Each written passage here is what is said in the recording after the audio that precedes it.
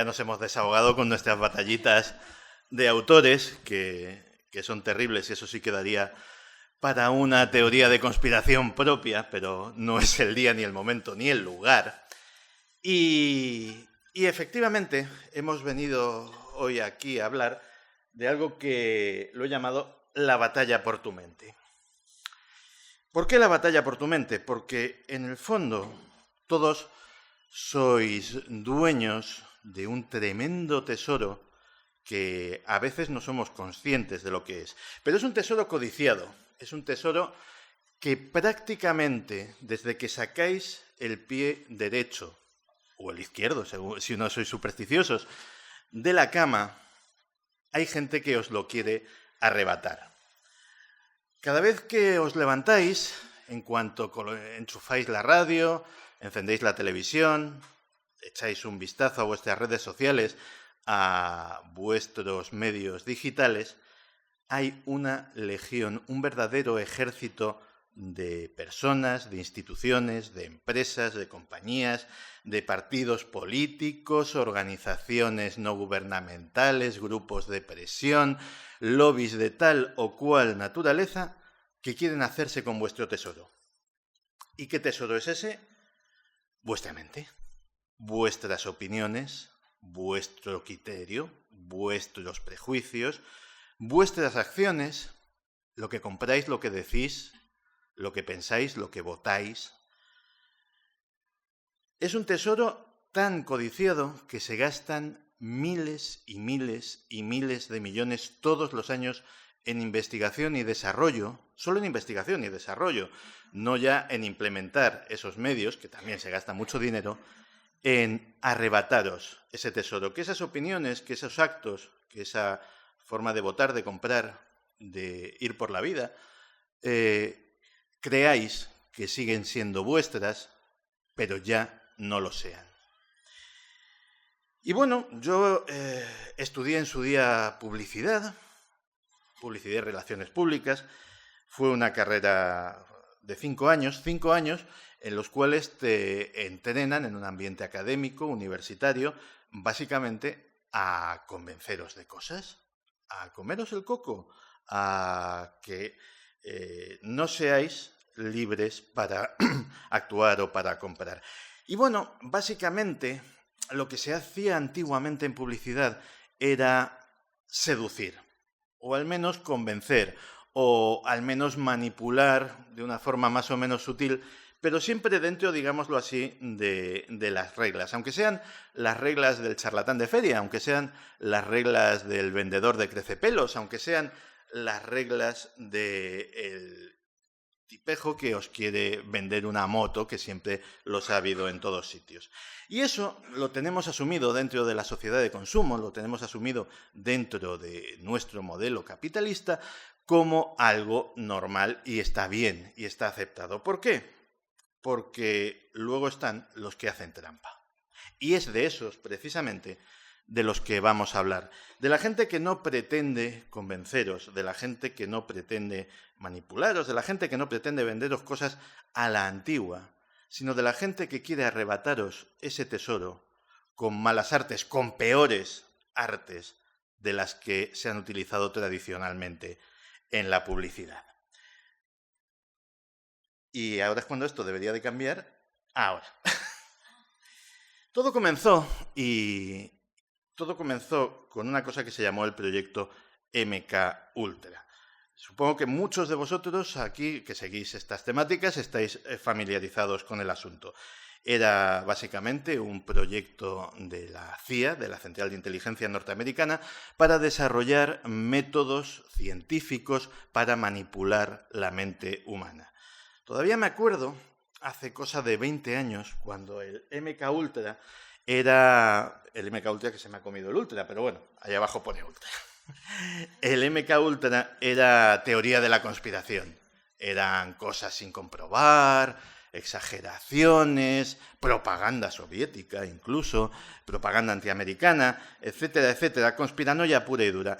El pasado fin de semana tuve ocasión de ver en la noche temática de Televisión Española un maravilloso documental muy bien elaborado, muy bien documentado sobre el tema. Y entonces pensé, vaya, MKUltra ya no es teoría de la conspiración, ya es historia.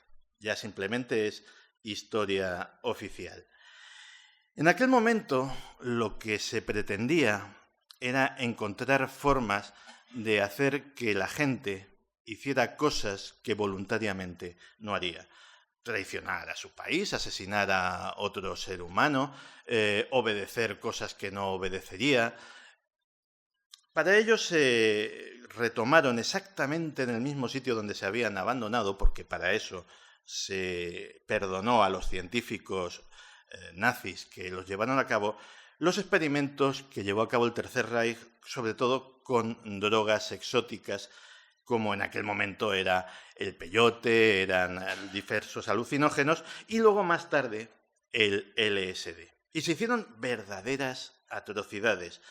Se llegó a contaminar el suministro de agua de ciudades norteamericanas con LSD, con alucinógenos, con pequeñas dosis, pues simplemente para ver cómo toda esa población expuesta, mujeres, niños, adultos, ancianos, todo el que bebía agua del grifo, pues ver cómo aquello tenía algún tipo de repercusión sobre cosas como la violencia doméstica, la delincuencia, el absentismo laboral, el voto de los ciudadanos, el activismo político, etcétera, etcétera, y sacaron conclusiones. Para cosas como, por ejemplo, el sacarle información al enemigo o a los espías enemigos, se montó una operación dentro del proyecto MKUltra que se llamó, por ejemplo, Clímax de Medianoche.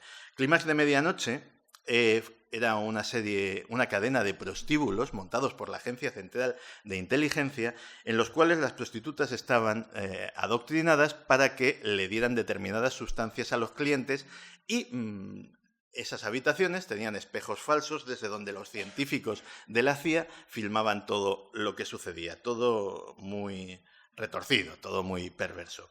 ¿Y cómo sabemos todo esto? Porque básicamente terminó estando al descubierto.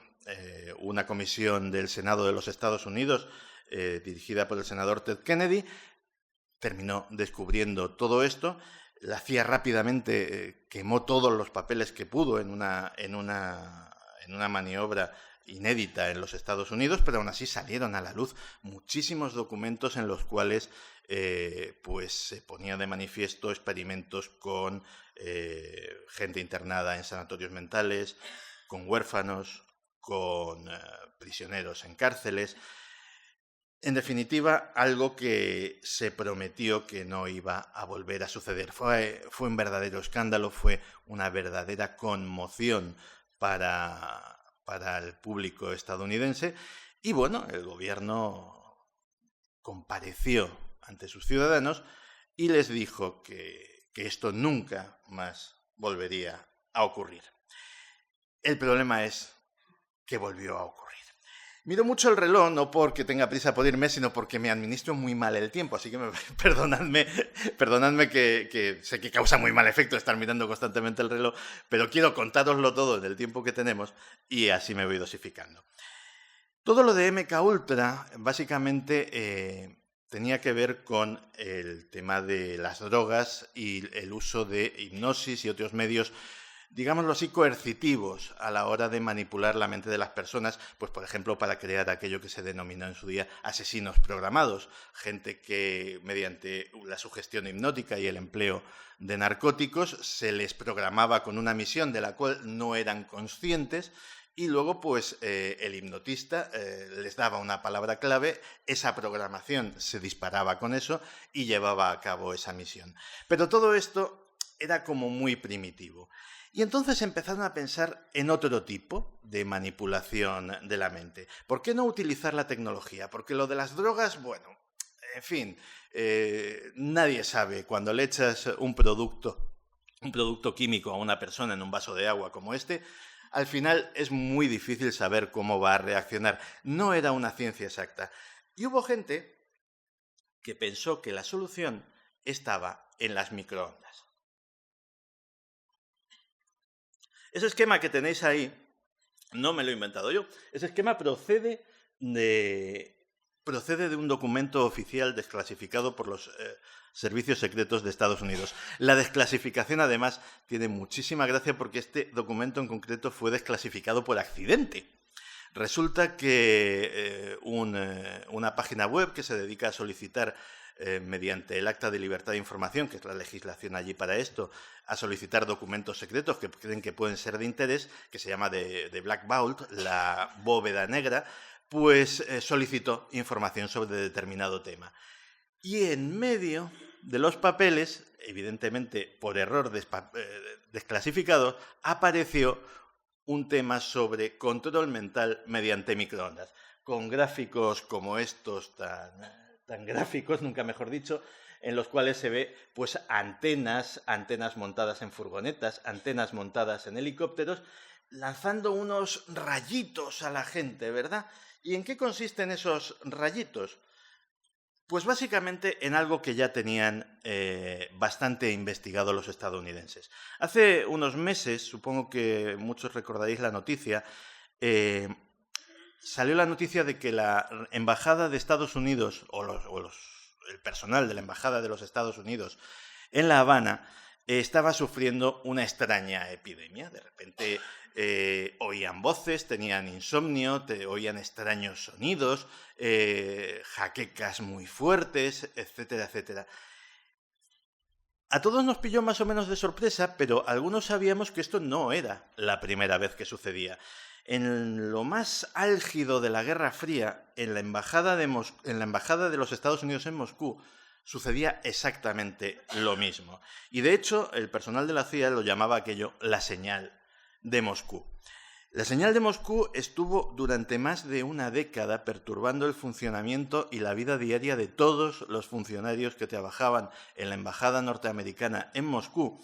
Y de hecho, incluso se sospecha que provocó varios casos de leucemia, incluido alguno de los embajadores que falleció de esa enfermedad.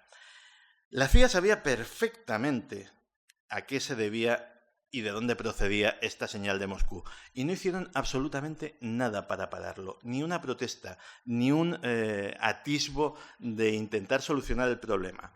¿Por qué? Porque preferían estudiarlo. Preferían, sencillamente, que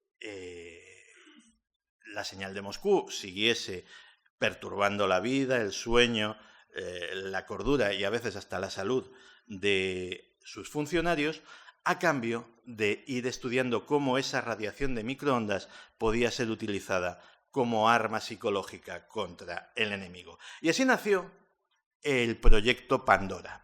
El proyecto Pandora fue precisamente la investigación y desarrollo de aquello que habían aprendido los norteamericanos con la señal de Moscú y que es tan sospechosamente parecido a lo que está sucediendo recientemente en Cuba, y empezar a sistematizarlo y ver cómo lo podían utilizar como sustituto del proyecto MKUltra.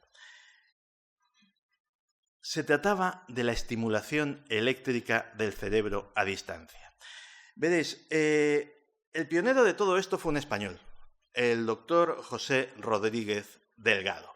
José Rodríguez Delgado es uno de los personajes con más claroscuros de la ciencia española, porque evidentemente fue un genio, evidentemente fue una eminencia, pero luego tenía ciertas ideas peculiares sobre la aplicación de sus descubrimientos. Aquí le tenemos en, yo creo, lo que fue su acto más célebre de la historia. Esto salió en El Nodo, salió en los noticiarios cinematográficos norteamericanos, y es que un científico español le había implantado unos electrodos en el cráneo a un toro de Miura y se había bajado al tentadero sin más arma que un pequeño mando a distancia. Y lo cierto es que las imágenes son impresionantes, porque cada vez que el toro se arrancaba a intentar embestirle, Rodríguez Delgado lo que hacía era darle a un botoncito de su mando a distancia y el toro se paraba y empezaba a comportarse como un corderillo absolutamente manso. El problema es que el doctor Delgado, que hizo grandes avances para el control de cosas como mediante electrodos, como los temblores del Parkinson, como determinadas enfermedades neurológicas, determinadas cosas como, por ejemplo, los implantes cocleares que han permitido escuchar a mucha gente sorda, pues hubiesen sido imposible desarrollarlos sin el trabajo previo del doctor Delgado. Es decir, no estamos hablando de algo que fuera malo per se. El problema era que en su libro, El control físico de la mente, y incluso en intervenciones delante del Senado y del Congreso de los Estados Unidos, donde él trabajaba, el doctor Rodríguez Delgado defendía que esto se podía utilizar para controlar a las personas, para hacerlas más felices, para hacerlas menos proclives a delinquir, básicamente para convertirlos en robots, para meterles unos implantecitos en su corteza cerebral y controlarlos desde la sede gubernamental con un mando a distancia exactamente igual que el que utilizaban con el Toro. Afortunadamente para todos, esas ansias del profesor se quedaron en eso, se quedaron en simples proyectos de ciencia ficción, y además había un problema serio. Y ese planteamiento era que, vale, se podía hacer, pero primero tenías que hacer una intervención quirúrgica bastante seria, es decir, abrirle a alguien el cráneo, implantarle un par de cables, es decir, no estamos hablando de algo sencillo. Pero años después llegó otro doctor, el doctor Allen Frey, y dijo, si la estimulación directa funciona, es decir, si los electrodos funcionan, también debería de funcionar la estimulación a distancia. ¿Y para qué quería hacer esto? Pues básicamente con los mismos propósitos. El doctor Frey pasó a la historia como el descubridor de una cosa que se llama el efecto Frey. El efecto Frey es que las radiaciones de microondas, cuando actúan sobre el oído interno, pueden provocar sonidos directamente. Alteran la física del oído y se provocan acúfenos, tinnitus, zumbidos, campanas, sonidos generalmente muy molestos. Curiosamente, si hay algún en la sala, si hay algún otorrino, algún neurólogo, algún psiquiatra, algún médico de familia, a lo mejor habrá notado que los casos de zumbidos inexplicables por parte de determinados pacientes están en alza. Eso me lo han comentado a mí muchos galenos. Y básicamente hay mucha gente que le da una causa, y es que estamos constantemente expuestos a esas radiaciones de microondas. Además, generalmente el proceso que sufren esos pacientes suele ser siempre el mismo. Empiezan acudiendo al médico de familia, que le dice, bueno, pues lo mismo no tienes una infección en el oído, todo está bien, vete al otorrino. El otorrino te mira, te hace una exploración completa y te dice, pues todo está perfecto, esto va a ser estrés. Y terminas en el psiquiatra tomándote una serie de ansiolíticos, que tampoco te van a quitar el zumbido de los oídos, pero esto está sucediendo cada vez con más frecuencia. Y hay mucha gente que piensa que precisamente la razón de ello es que estamos siendo sometidos a radiaciones de microondas de una forma absolutamente inédita en la historia humana.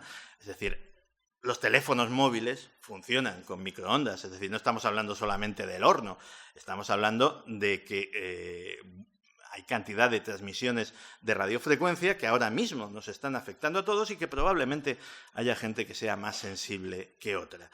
Pero el doctor Frey, cuando descubrió este efecto, dijo, bueno, pues entonces, si realmente la radiación de microondas puede afectar tanto al físico, al cuerpo de una persona como para hacerle escuchar sonidos, a lo mejor podemos alterar su cerebro de otras formas.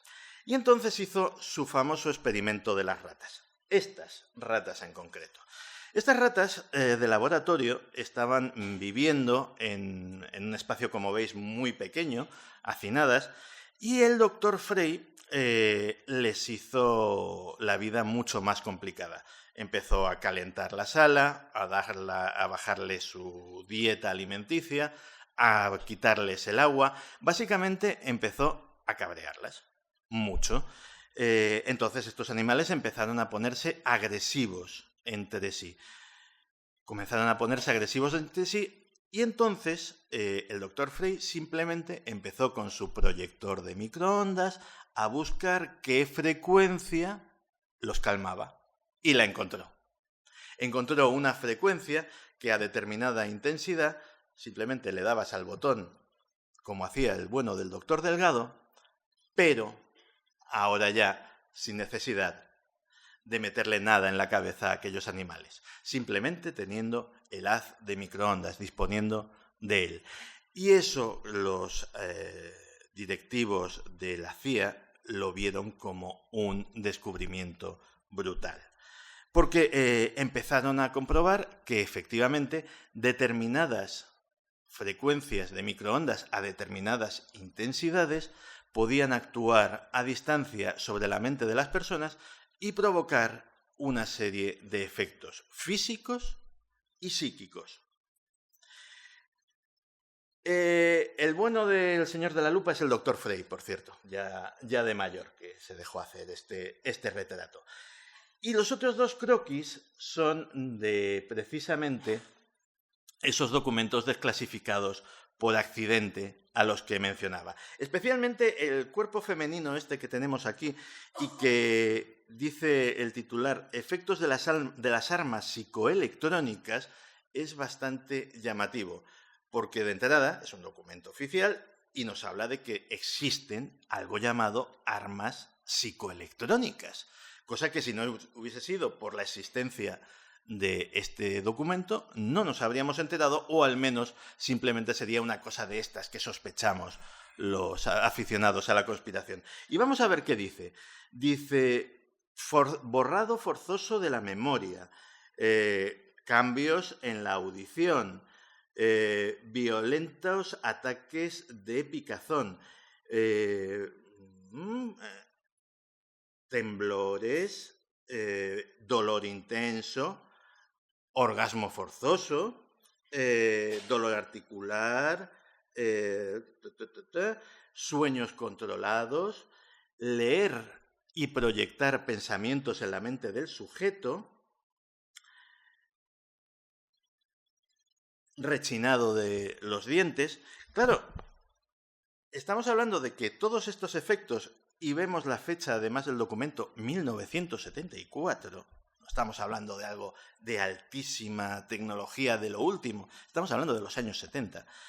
En los años 70 ya había algo que a distancia podía hacer que tuvieses unos violentísimos picores que de repente te empezasen a doler todas las articulaciones sin que supieras exactamente por qué, o que fueras como Juana de Arco y empezases a escuchar voces que te inducen a hacer o a pensar o como poco a pensar que estás volviéndote loco.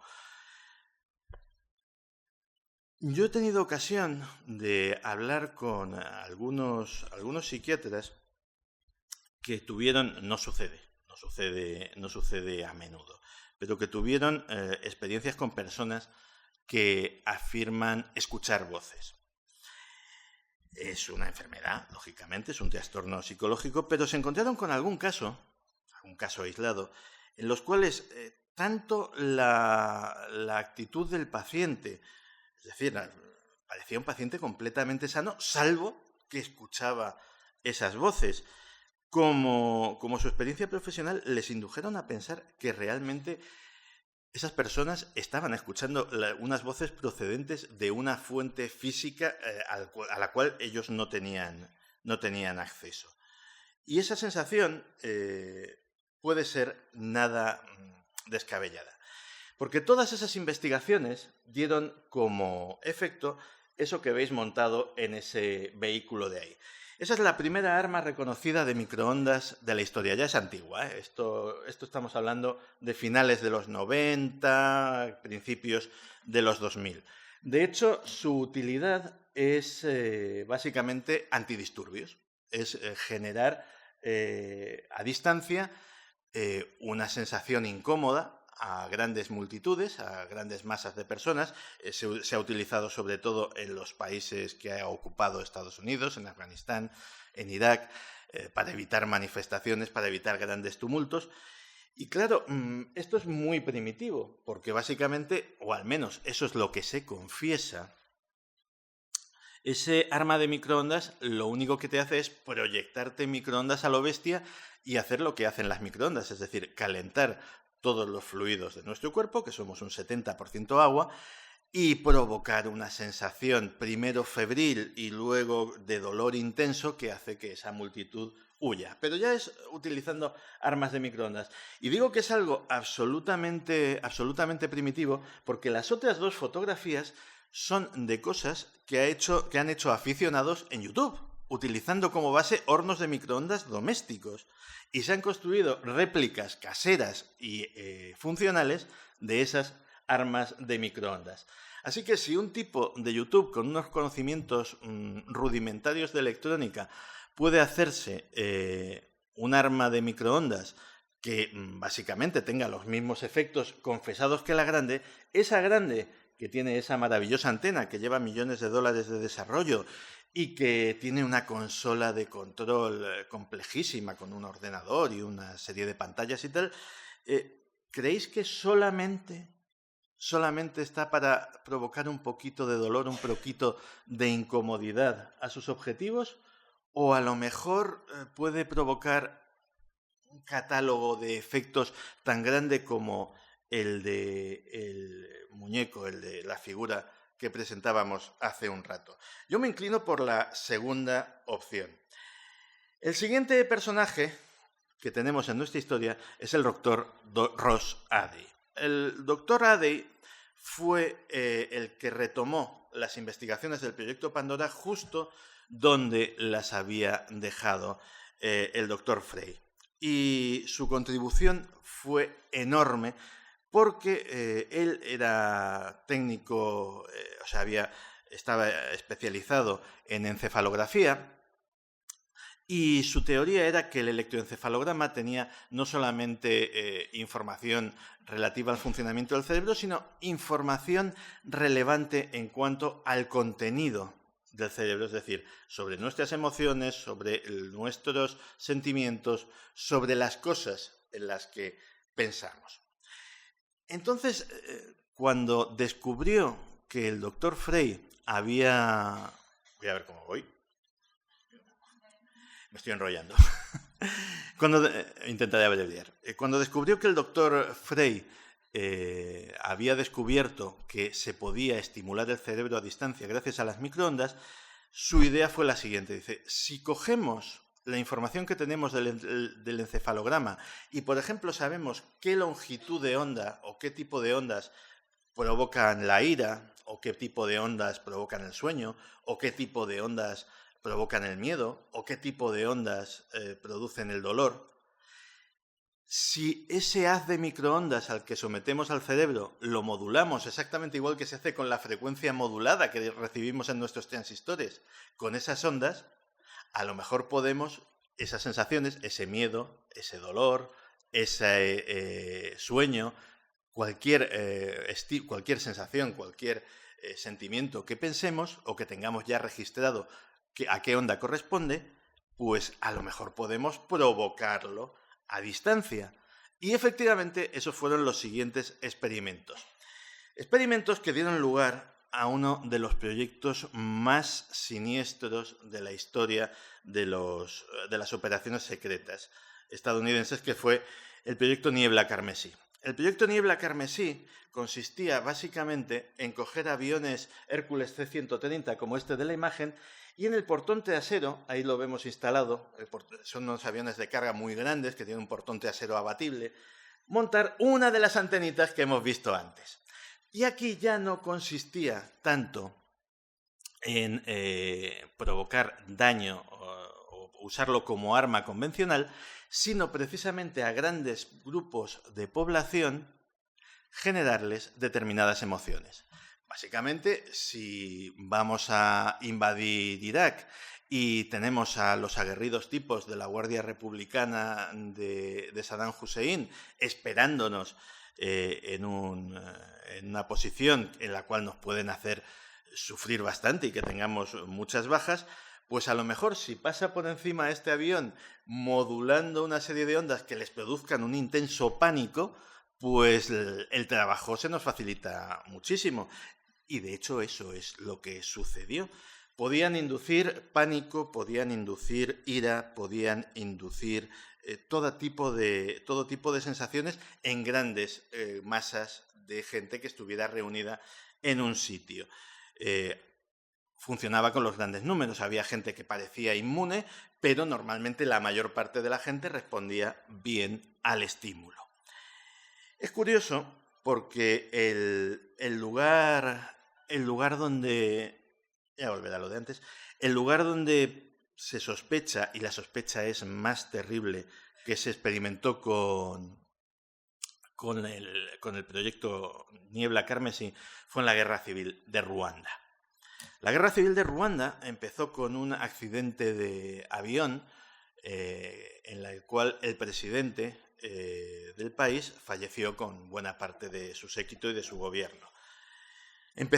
Alguien, nadie sabe quién, empezó a esparcir el rumor de que la tribu rival del presidente, los Tutsis, habían sido los Hutus, habían sido los responsables del accidente. Habían puesto una bomba en el avión y en aquel momento llegaron a un aeropuerto, a una pista más bien escondida de la selva de Ruanda, 3 aviones C-130 equipados con estas antenas, equipados con mecanismos de despegue en pista corta, que son unos cohetes que les ponen detrás porque estos aviones necesitan mucha pista para despegar, entonces estaban equipados con ese tema, y eso durante toda la guerra civil de Ruanda, esa guerra en la que hubo mutilaciones, en las que hubo asesinatos, torturas, un auténtico genocidio que conmocionó al mundo.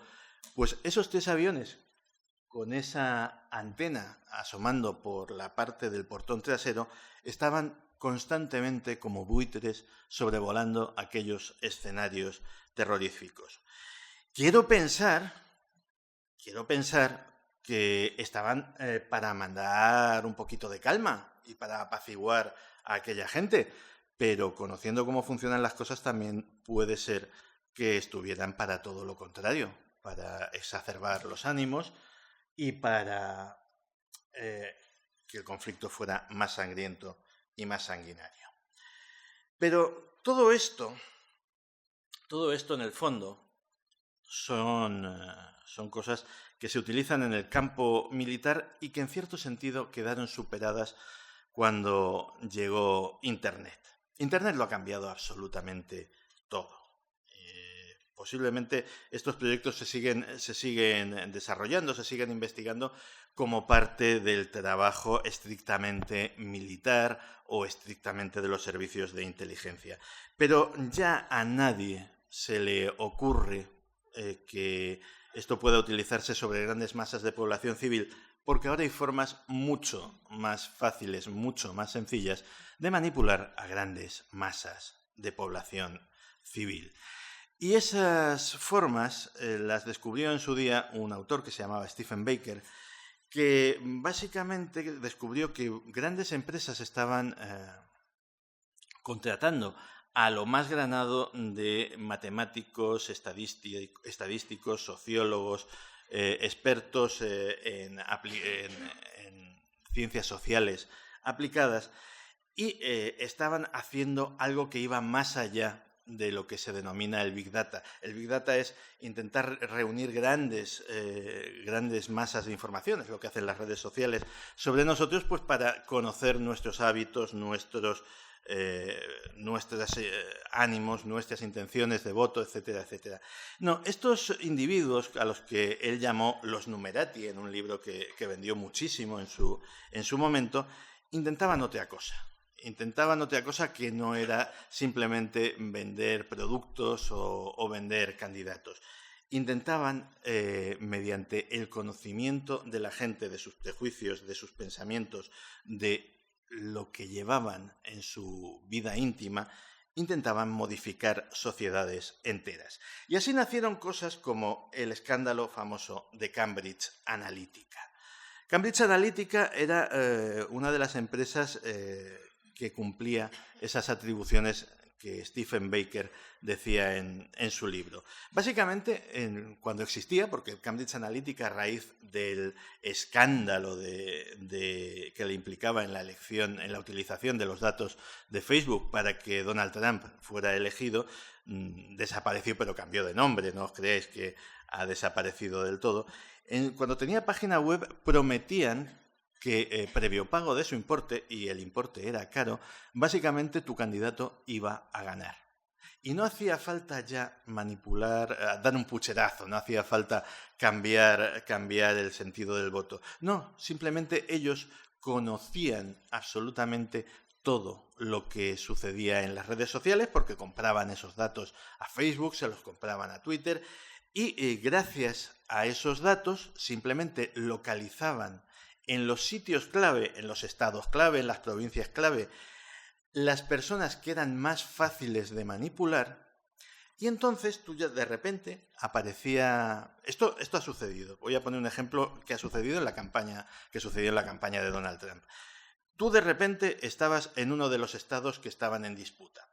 Ohio era uno de los estados que estaban en disputa. Y de repente, pues... sabían los expertos de Cambridge Analytica que ibas a ver una propaganda electoral de Hillary Clinton. Y además sabían de ti que eras del pequeño porcentaje de indecisos todavía, pero que podía decantar que ese estado se fuera para un lado o para otro de la votación. Automáticamente, como lo sabían todo de ti, también sabían que tenías... una licencia de armas, 3 armas de caza, una de defensa personal, y con esos datos, sencillamente, una vez terminaba el discurso o la propaganda electoral de Hillary Clinton, aparecía en tu muro de Facebook, en tu teléfono móvil, un titular de una supuesta noticia que decía Hillary Clinton va a quitarle las armas a todo el mundo.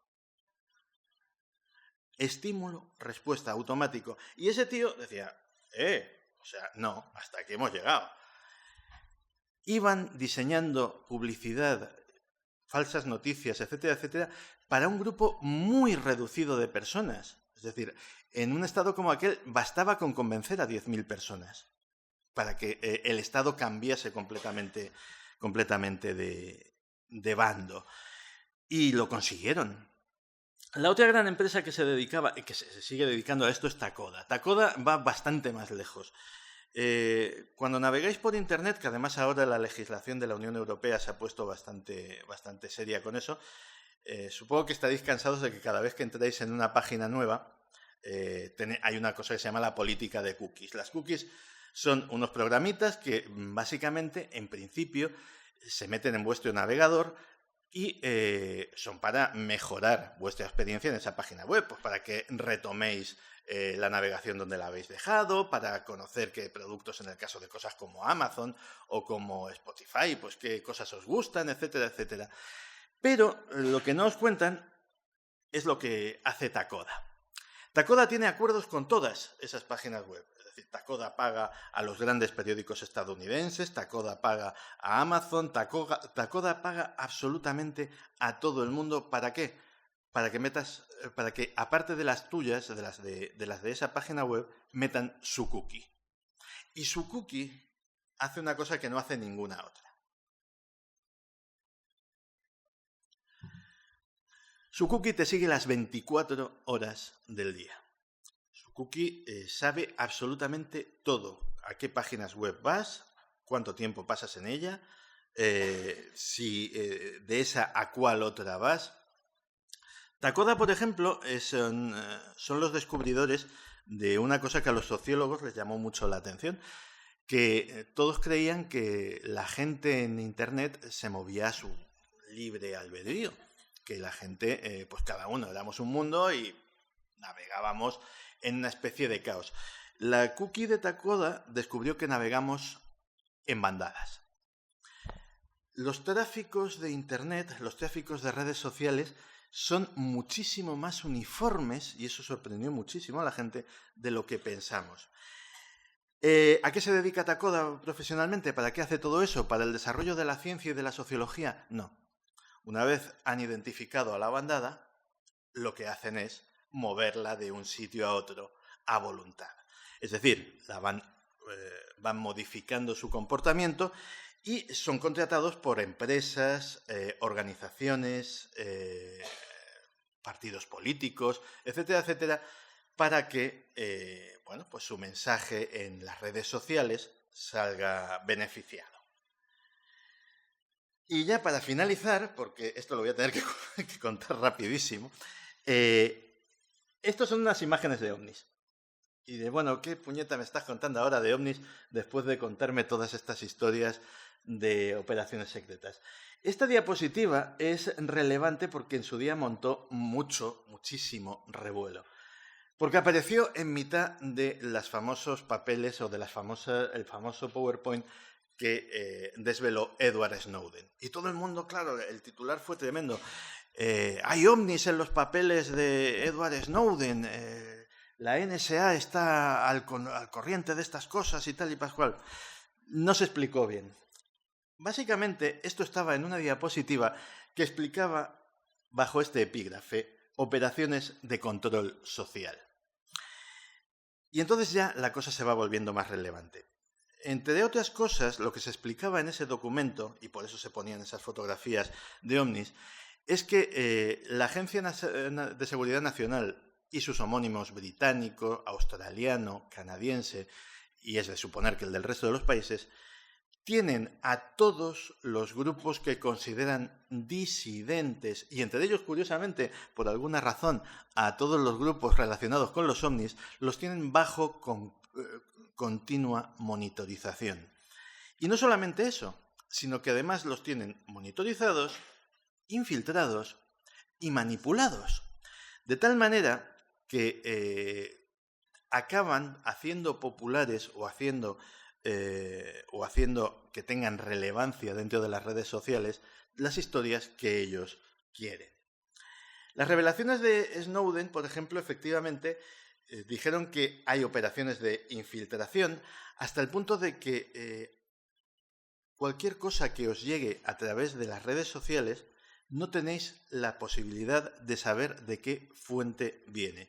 Esa persona que creéis que es vuestro flamante amiguete de Twitter o de Facebook, que tiene un perfil, que tiene unas fotos de familia, que tiene una identidad, no podéis estar seguros ni siquiera de si es un ser humano. Puede ser una inteligencia artificial, un bot creado para diseminar información falsa, para comeros el coco.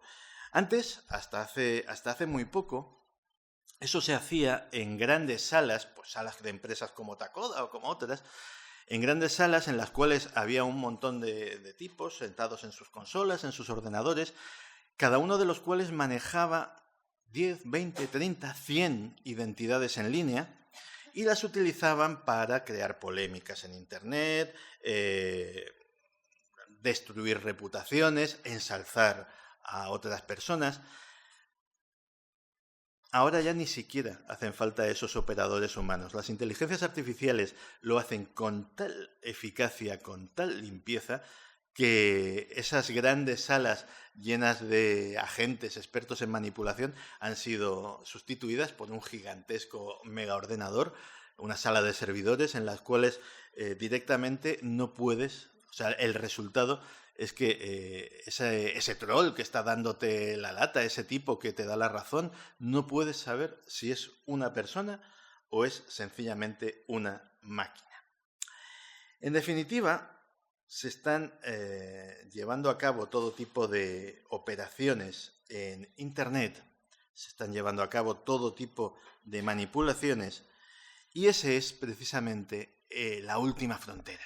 Ese es el último lugar, la última trinchera de esa batalla por vuestra mente. Existen las capacidades tecnológicas ahora mismo para que, a través de los estímulos que recibís constantemente a lo largo de las 24 horas del día, porque miramos, ¿sabéis la cantidad? Sí lo sabéis, la cantidad de veces que miramos la pantallita en cuestión a lo largo de un día. ¿Sabéis lo acríticos, lo poco selectivos que somos? Porque si ya a veces somos bastante poco selectivos con lo que nos echamos físicamente al cuerpo, con lo que comemos, con lo que bebemos, a lo que nos echamos a la mente ya no le hacemos ningún caso, ni el menor. Y cada vez que miras la pantallita y cada vez que hay un mensaje que en el fondo algunos nos estresan, nos cabrean, nos alteran, ¿de verdad estamos seguros de que ese mensajito que nos ha cabreado, que nos ha alterado, que nos ha producido estrés, no estaba diseñado exactamente para eso? Pues yo creo que sí. Y la única solución que le veo es que seamos conscientes, al menos conscientes, de que todos los días, a todas horas, se está librando una batalla por vuestra mente y la mala noticia es que creo que estamos perdiendo. Así que vamos a ponernos todos un poquito más las pilas. Y ahora sí, creo que ha llegado el momento. Mira, hoy me he portado bien, ¿eh? No, es que la última vez dejé como media charla sin dar, ¿sabes? La otra vez dejé como media charla sin dar y al final no dio casi tiempo a hacer preguntas. Ahora yo creo que tenemos bastante tiempo y entonces supongo que toda esta historia habrá generado un montón de dudas y que tendréis muchísimas cosas que preguntar. Vamos, por ahí de hecho... Buena pregunta. Es complicado. Lo primero es ser muy crítico con todas las informaciones que recibes. Con todas. A veces tendemos a cierto hooliganismo a la hora de consumir información. Me refiero a que pues todos tenemos ciertos medios de comunicación de preferencia que en el fondo, y yo llevo muchos años en este negocio, a ver, las líneas editoriales de los medios de comunicación, de izquierdas, de derechas, de centro, económicos, etcétera, etcétera, en el fondo no tenemos que olvidar nunca que un medio de comunicación es un negocio. Es un negocio que tiene unos accionistas, que tiene unos trabajadores, que tiene unos directivos y que busca el lucro. Su negocio, básicamente, ¿cuál es en muchas ocasiones? Alimentar nuestros prejuicios. Es decir, si tú esperas que tu periódico de tal tendencia diga una cosa, van a seguir diciéndola constantemente. Aunque sea, no voy a decir mentira, pero no sea muy ajustada a la realidad o no analice el problema o la cuestión en toda su amplitud. Yo siempre he intentado... Lo hacía desde que leía periódicos. Siempre he intentado leer todos los periódicos, o al menos de todas las tendencias, sabiendo que todos tienen mucho de mentira y todos algo de verdad. Entonces yo creo que el pensamiento crítico, el dudar de todo, y intentar manejarnos con el arma de nuestro sentido común y ser muy conscientes de una cosa, de que tenemos prejuicios. Todos tenemos prejuicios y los que creáis que no los tenéis sois los que más tenéis. O sea, todos tenemos prejuicios y todos intentan aprovecharse de esos prejuicios, y ser conscientes de que los tenemos es la mejor herramienta para evitar que nos manipulen a través de ellos. Un poquito de el espíritu crítico hacia uno mismo también es importante, no solamente hacia lo que recibimos. Más cositas. Contra las radiaciones es mucho más sencillo. Bueno, a ver, tú fíjate que cuando empezaron a salir estas cosas, esto es lo más tópico y lo más chorra del mundo de la conspiración. Porque cuando empezaron a salir estas informaciones es cuando salió la famosa historia del gorrito de papel. No te voy a poner el gorrito de papel de aluminio. Curiosamente funciona, o funcionaría, pero evidentemente es un tópico y es un... a ver, a día de hoy, lo más sano es intentar, por lo menos, los aparatos que tenemos que emiten radiofrecuencia, sacarlos de nuestro dormitorio. O sea, me parece que si podemos librarnos, aunque sea 8 horas, no te voy a decir que sea estrictamente malo, pero también te voy a decir una cosa, es que hay una historia. Todos sabemos las historias de cuando la industria del tabaco sabía perfectamente que el tabaco era perjudicial y esos estudios no solamente se guardaban en el cajón, sino que cuando alguien los sacaba, esos estudios eran desprestigiados. Luego pasó con el plomo en la gasolina. Durante años hubo plomo en la gasolina, hubo una generación entera o dos que respiraron plomo y que tienen contaminación por metales pesados en sus cuerpos, y luego, en contra de lo que pensaba la industria, pues se terminó descubriendo que el plomo en la gasolina era nefasto para todo. Pues con la industria de las emisiones radioeléctricas, la industria de la telefonía, de las telecomunicaciones, está pasando más o menos lo mismo. Ahora mismo nos dicen que las emisiones radioeléctricas de las antenas de telefonía móvil, de nuestros propios aparatos, del wifi y dentro de nada del 5G, son absolutamente inocuas. El problema es que ya hay otras voces alternativas que dicen que no, que dicen que eso puede tener efectos negativos para la salud. Y además hay otras investigaciones que están descubriendo que esos estudios que dicen que son inocuas han sido pagados por la propia industria. Así que yo, por si acaso, sacaría del dormitorio los aparatos que emiten frecuencia. Oye, daño no te va a hacer. Y me parece una buena medida. Así, no sea que se descubra en el futuro algo inquietante. ¿Qué más? Haces muy bien. Hombre, no me digáis que he acabado antes para que no me hagáis preguntas. A ver, por allí y por allí. 2. Te alcanzo el micro, ¿vale? Sí, pero los demás también, por si acaso. A lo mejor te parece una tontería, pero ¿qué opinas sobre el último anuncio del Corte Inglés? Pues mira, el último anuncio del Corte Inglés, que para los que no lo sepan, pues básicamente consiste en que hay una serie de personajes, de una chica y no sé si el chico también o solamente la chica. Sí, que eso, que básicamente pues dicen cosas, se lo dicen a la aspiradora, se lo dicen al microondas, se lo dicen a la televisión o lo hablan por teléfono y de repente en los anuncios del Corte Inglés aparecen esas cosas que han pedido o esas rebajas que han solicitado. Me parece hacer broma de algo que es muy serio y me parece sano, ¿eh? O sea, todo lo que sea hacer broma y dar a conocer un fenómeno que es real. Porque lo que sucede, lo que se denuncia en ese anuncio, es que es algo que hemos vivido todos. Y es básicamente tú buscas en Google, buscas en el navegador cualquier cosa. De repente dices, pues yo qué sé, me compraría... Últimamente estoy yo muy loco con mi bicicleta nueva que me han traído los Reyes, ¿no? Yo, pues me compraría tal accesorio para la bicicleta. Yo qué sé, para llevar la botella, un soporte para llevar la botellita. Y de repente, pues estás buscando en internet y tal, vale. Y automáticamente durante toda la semana empiezan a salirte soportes de la botellita por todos sitios, vayas a donde vayas, en el periódico, en el YouTube, en todos sitios. Dices, ¿pero esto qué es? Eso, que básicamente se basa en esas cookies a las que me refería, tiene un nivel de perfeccionamiento que no nos podemos ni imaginar. Hace años tuve conocimiento de un caso verídico, de un padre de familia que tenía una hija adolescente, y este llegó a escribir a una empresa de productos para premamá. Pues decir, oye, estáis mandando muchísima publicidad de productos de este tipo a mi hija, que es una niña, la niña estaba embarazada.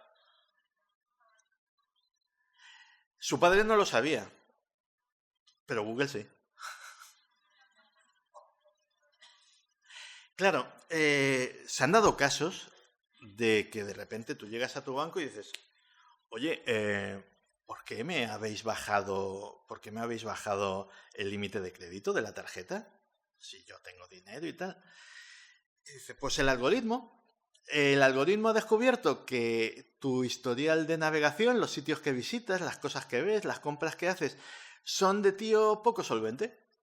Entonces, por si acaso, te hemos bajado el nivel de crédito.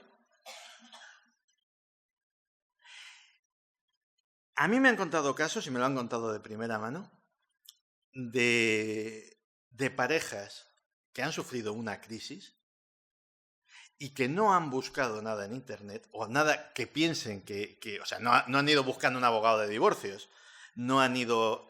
Y que de repente esos anuncios de abogados de divorcios empiezan a aparecer en su navegador. Y entonces ya ¿y Google cómo sabe que estoy teniendo una crisis con mi pareja? Entonces sí, me parece que, pues oye, en un tema jocoso de publicidad, evidentemente esa publicidad del Corte Inglés lo que está poniendo de manifiesto es una cosa que sucede y que sucederá con mayor intensidad en el futuro. Porque a día de hoy, o sea, esto cuando empezó, al fin de cuentas contaba con operadores humanos, es decir, había un señor que programaba un algoritmo que más o menos decía, pues si buscas tal cosa, te repetimos anuncios parecidos y tal y pascual. A día de hoy, esto lo hacen redes neurales, lo hacen inteligencias artificiales. Entonces, claro, esta pareja se podía preguntar, ¿cómo sabe Google que o que he pensado en divorciarme o que tengo una crisis con mi pareja? Pues lo sabe porque esa inteligencia artificial va tabulando cosas que para un humano serían impensables, va buscando indicios tan pequeños, tan tenues, pero que acumulados quieren decir precisamente eso, que el mejor detective de novela, un Sherlock Holmes, jamás hubiese dado con esa solución. Pero para eso están las inteligencias artificiales, para tener un rendimiento mayor en ese tipo de cosas. El siguiente paso y la evolución lógica es que, y esa es la parte que da miedo, es que esos anuncios de cualquier cosa, de la botellita para la bicicleta o del abogado para divorcios, empiecen a surgir antes de que se nos ocurra. 10 minutos antes. Y digas, ¡qué buena idea! Pero ya el algoritmo sabía que se te iba a ocurrir. Y eso es lo que va a suceder dentro de muy poco. O sea, y ese es precisamente el paso lógico. Y eso es precisamente a lo que me refería con lo de la batalla por tu mente. Porque si tú has buscado algo, o tú piensas que lo que te está apareciendo tiene que ver con tu historial de navegación o con tus circunstancias personales, pues dices, vale, pues ves el truquillo. Le ves al mago un poco el truco. Pero si ese anuncio te llega 10 minutos antes de que se te ocurra la idea y dices, qué buena idea, me lo compro, tú creerás que la idea se te ha ocurrido a ti. No serás consciente de que eso es fruto de una manipulación. Tú dirás, hey, he visto esto y me ha parecido una buena idea. Pero ya el programa sabía que te iba a parecer una buena idea. Y entonces estás perdido. Ese es el paso con el que hay que tener cuidado y ese es el próximo paso, sin lugar a dudas. A ver, por orden, 1, 2 y 3. Buenas tardes.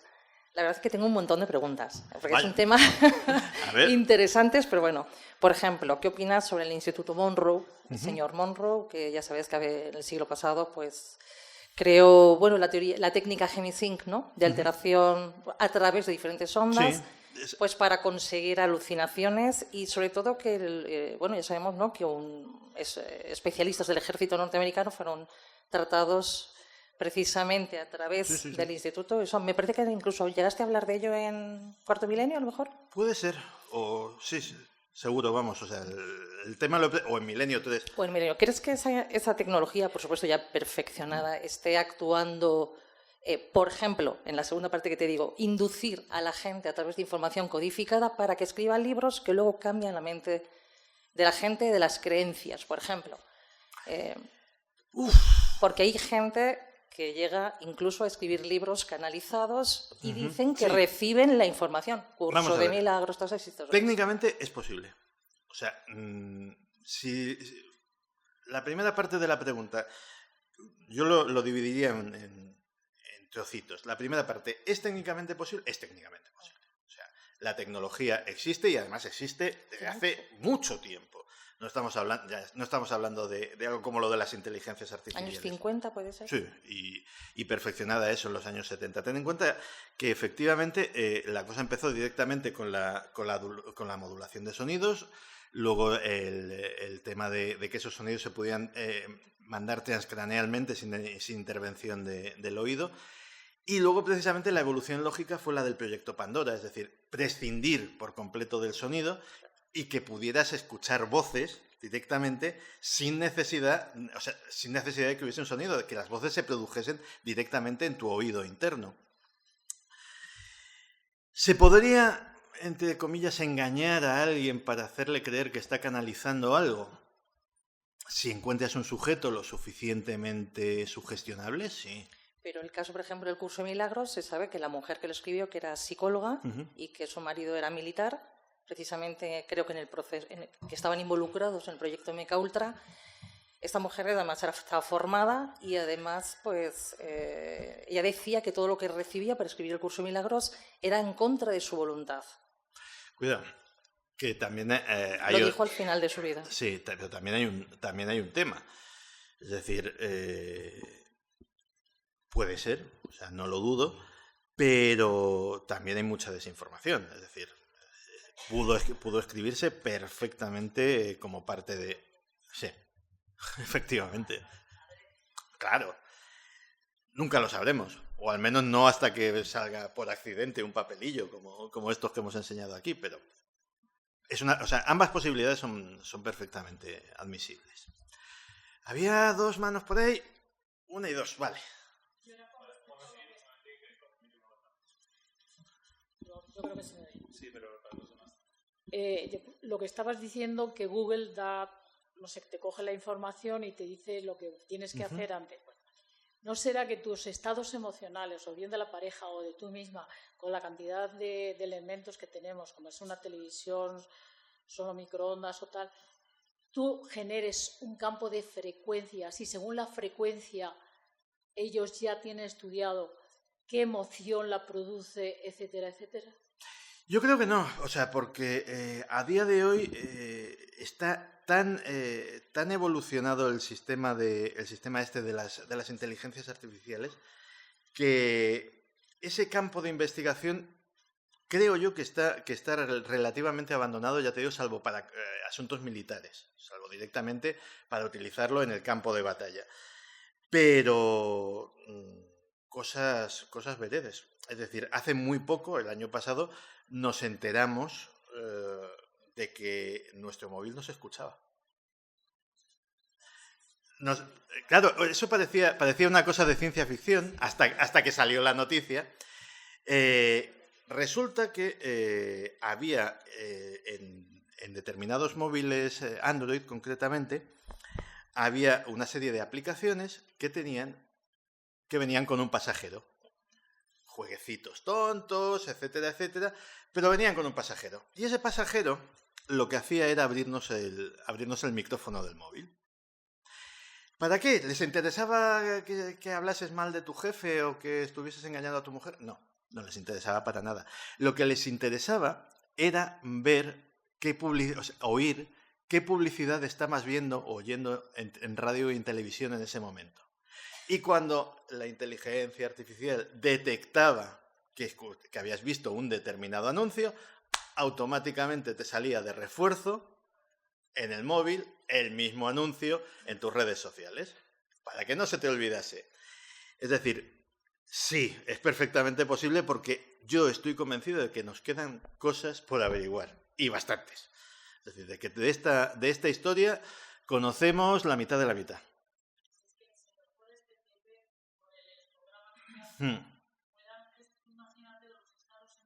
Sí, claro.